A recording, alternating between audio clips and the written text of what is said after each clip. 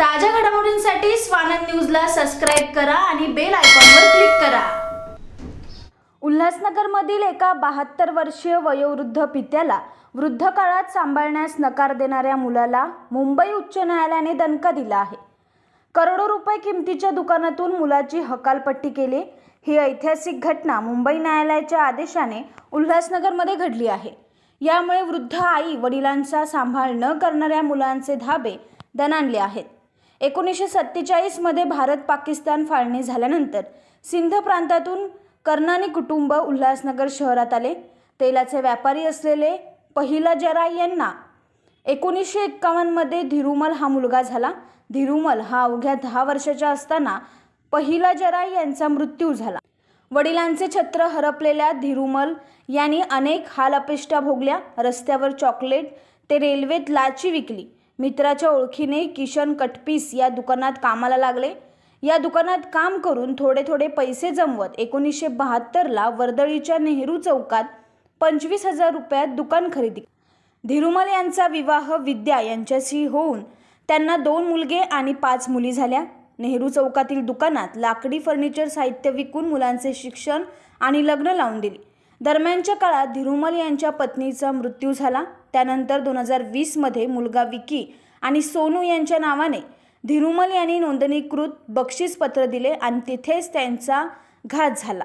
त्याच्या दुकानाचे भाग करून विकीने RS डेकोर आणि सोनूने महेश फर्निचर हे दुकान सुरू केले। अवघ्या 15 फुटाच्या प्रवेशद्वार असलेल्या दुकानात 2022 ला विकीने पार्टिशन टाकले। त्यावेळी सोनू हा धीरुमल यांचा सांभाळ करीत होता। त्याला धीरुमल आणि सोनू याने विरोध केला। पार्टिशन पडल्याने व्यवसाय घटला। सोनू हा राहत असलेली माणसं ही इमारत धोकादायक झाल्याने धीरुमल हे बेघर झाले। घरही नाही आणि धंदाही नसल्याने अखेर त्यांनी पार्टिशन काढणे, विकीला दिलेली नोंदणीकृत बक्षीसपत्र रद्द करण्यासाठी 2007 च्या ज्येष्ठ नागरिक कायद्याअंतर्गत जूनमध्ये उपविभागीय अधिकारी यांच्याकडे अर्ज करीत सुनावणी मागितली। नोव्हेंबर महिन्यात उपविभागीय अधिकारी जयराज कारभारी यांनी विकीने त्याचे वडील धीरुमल यांना महिन्याला 10,000 रुपये देण्यास सांगितले। विकीने काही महिने पैसे दिले, मात्र नंतर बंद केले। धीरुमल हे पुन्हा उपविभागीय अधिकारी यांच्याकडे गेले, मात्र त्यांनी धीरुमल यांना मुंबई उच्च न्यायालयात जाण्यास सांगितले।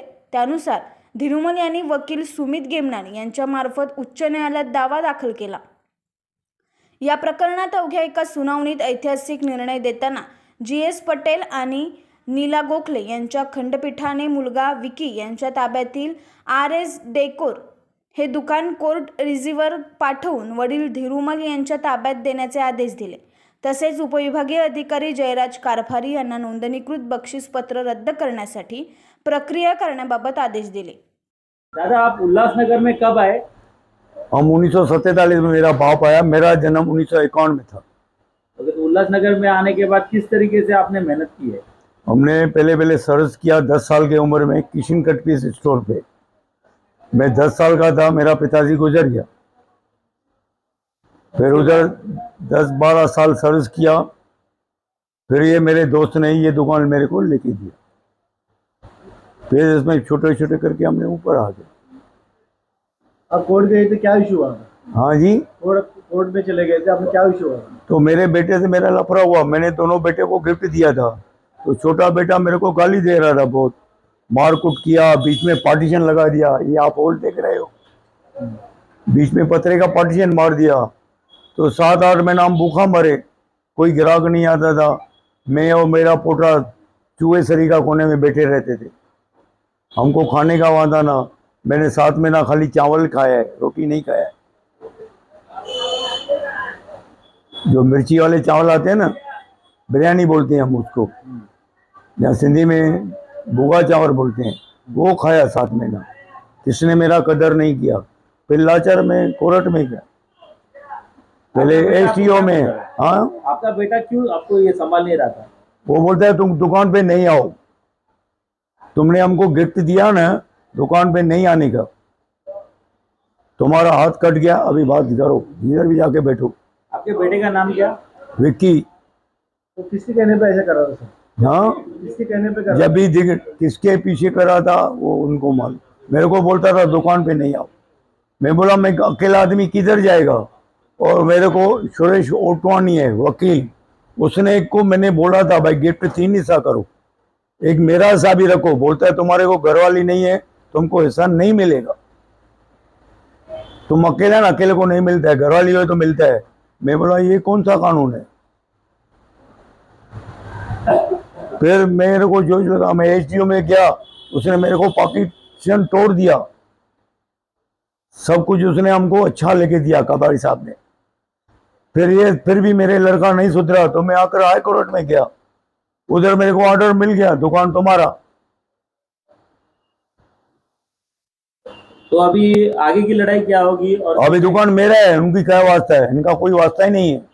मेरे को चाबी कल दिया हाई कोर्ट के सामने, वो मेरे पास फोटो है, हाई कोर्ट के सामने चाबी दुकान का दिया। उनको बोला कभी भी दुकान पे सीढ़ी चढ़ने का नहीं, कभी आने का भी नहीं। कल हाईकोर्ट के रिसीवर इधर आए थे? हाँ आए थे। अभी तुम्हारे से बात करना चाहते हैं? हाँ जी लड़का आपसे बात करना चाहता है? करता है, लेकिन अभी हमने बहुत गाली खाया है माँ बहन के ऊपर। एक दिन मैं सोया भरा था, मेरे को गाली दिया, बोलता है ये मादर चौथ क्यों सोया भरा है, इनका क्या वास्ता है दुकान में सोता है। प्रॉपर्टी मेरा, रुपया रुपया करके मैंने कमा के ये दुकान लिया है, लाची बेचा, पापड़ बेचा है, नौकरी किया है, मैं बॉम्बे से कपड़ा लेके इधर बेचता था, वो कमाया है, रुपया रुपया करके कमाया है। इन लोगों को तो सीधा के कुर्सी पे बैठे, इनको क्या मालूम। तो आटा पिसाने के लिए हम कल्याण जाते थे, चावल लेने के लिए बदलापुर जाते थे, वहां से पैदल आते थे 9 किलोमीटर, वो हमने मेहनत किया, उनको क्या मालूम। वो तो सीधा आके कुर्सी पे बैठ गए ना। इस केस में जज ने आपको क्या बोला? जज ने बोला मेरे लड़के को अपने बाप को घुटने पे बैठ के पांव परो, फिर भी उसका एक भी थोड़ा नहीं उतार सकोगे। बाप और माँ जैसी कोई चीज ही नहीं है, ये तुमको पैदा किया है, ये सबको मैं सबक सिखाता है। जब तक जिंदा अपने बच्चों के नाम पे नहीं रखना। जो भी हमारे भाई बहन है ना, कभी भी अपने बच्चों के नाम से प्रॉपर्टी नहीं करने का। हमने बहुत तकलीफ देखा है, 3 साल हमने करी में करी सजा भोगा है। पहला केस हुआ रहेगा ऐसा? हाँ, उल्लासनगर में फर्स्ट केस है 75 साल में। ये आपका घर किधर है? हम किराए पे रहते हैं अल्टीना रीजेंसी बिल्डिंग में। और आपका खुद का घर? मेरा खुद का घर था, वो लपरे में चले गया, मानसा पैलेस में हम रहते थे। और दूसरा घर खरीदा है क्या किधर? नहीं करेगा, अभी मेहनत करके हम कमा के घर लेगा। मेरा फ्लैट है लक्ष्मी विला में, काशामल पुतले के बाजू में, यूएमसी रोड में, उधर मेरा छोटा बेटा विकी करनानी रहता है, वो है। वो फ्लैट किसके नाम से है? वो मेरे नाम से है, 1/3 मेरे नाम से है, उसमें 3 नाम है, पूजा करनानी, विक्की करनानी, धीरू भाई करनानी। ये कौन है बाकी के 2 जन आपके साथ? मेरी दोनों बहू है ना, विक्की बहू लड़का है, पूजा बहू है। मैं जा रहा था तो कभी दरवाजा नहीं खोला था। क्यों नहीं दरवाजा खोलते थे? क्या करते? क्या मालूम मेरे से, भाई बुढ़ा काम, बूढ़े को अलाउड नहीं है अंदर। नहीं, उसका नाम, आपका नाम उस प्रॉपर्टी में, तभी भी आपको दरवाजा खोल के अंदर नहीं आने दिया।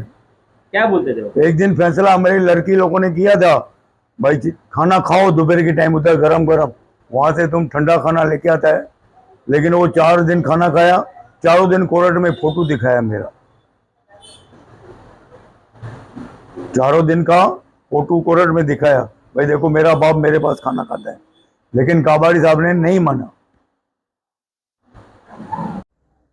यहाँ ये case maintenance and welfare of parents and senior citizen act 2007 के तहत मैंने ये केस इनिशियली एसडीओ के पास उल्लासनगर में फाइल किया था, जहाँ पर मैंने 2 प्रेयर मांगे थे एसडीओ से। एक तो जो बुजुर्ग व्यक्ति है उनको प्रति महीना उनकी मेंटेनेंस के लिए उनके बच्चे उन्हें पे करें। दूसरा मेरा प्रेयर क्लॉज ये था, जो सीनियर सिटीजन मेरे पास आया था उन्होंने मुझे ये कहा था कि उनकी प्रॉपर्टी उन्होंने अपने बच्चे को गिफ्ट डीड करके दी हुई है, बट उनका बच्चा अब उनकी पालन पोषण नहीं करता है और उन्हें दुकान पर भी नहीं आने देता है, जहां उन्होंने अपने 10 साल की उम्र से संघर्ष करते हुए वो दुकान को खड़ा किया था और वो बिजनेस को खड़ा किया था।